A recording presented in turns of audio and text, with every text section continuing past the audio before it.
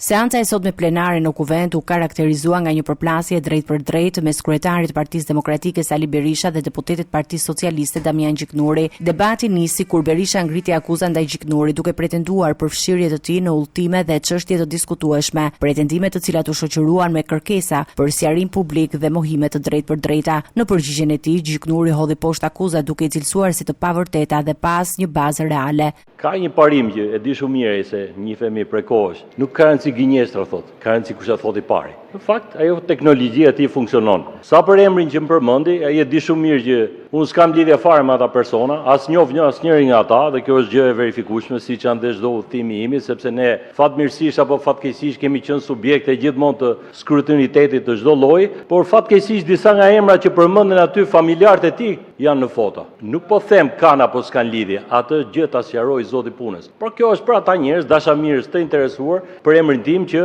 aty kemi të bëjmë me një shpifje ordinare që s'ka lidhje me realitetin. Nga ana tjetër, Berisha këmbguli në qendrimin e tij duke kërkuar që Gjiknuri të jap sqarime publike dhe të deklaroj hapur qendrimin e tij përballë Kuvendit dhe opinionit publik. Me asnjë shpifje nuk e la dot veten tënde.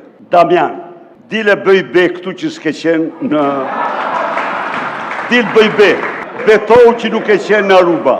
Dil këti, kurse për saj përket asaj, të garantoj që gjithë çka është trillim dhe vetëm trillim. Fatmirësisht dosin e ka ndorë një armik i imi, që quhet Altin Troplini, Altin Gjoka. Aja ka dosjen. Dhe aj me zi do prishte të shifte, kurse ty të fshehaj. Olsi Ramen e fshehaj, Angela Gacin e fshehaj. Nuk e fsheh për ty. Nuk e fsheh për Angelin, e fsheh për Edi Rama. Përplasja mes së dy deputetëve pasqyroi dhe një herë klimën e tensionuar politike në sallën e Kuvendit, ku debatet mes mazhorancës dhe opozitës vijojnë të shoqërohen me akuza të forta dhe mungesë konsensusi.